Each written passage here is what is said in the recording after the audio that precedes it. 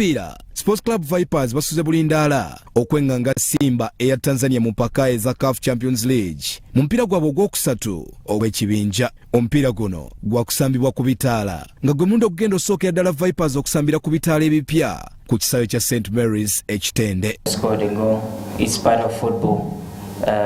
Football is always up and down, but I'm sure tomorrow's game can change many things because Simba also hasn't been doing well in the group stages. So I'm very sure if we beat him tomorrow, which we are going to do, I believe so, because I'm a believer, we are going and we can make it out of the group stages. Ekibinja kikulembeddwa Raja Casablanca ya Morocco kubonero 6, SC Holoya eya Guinea kubonero 4, nga Vipers eri mu kyakusatu n'akabonero kamu, so nga Simba yesemye nga terinayo yadde akabonero.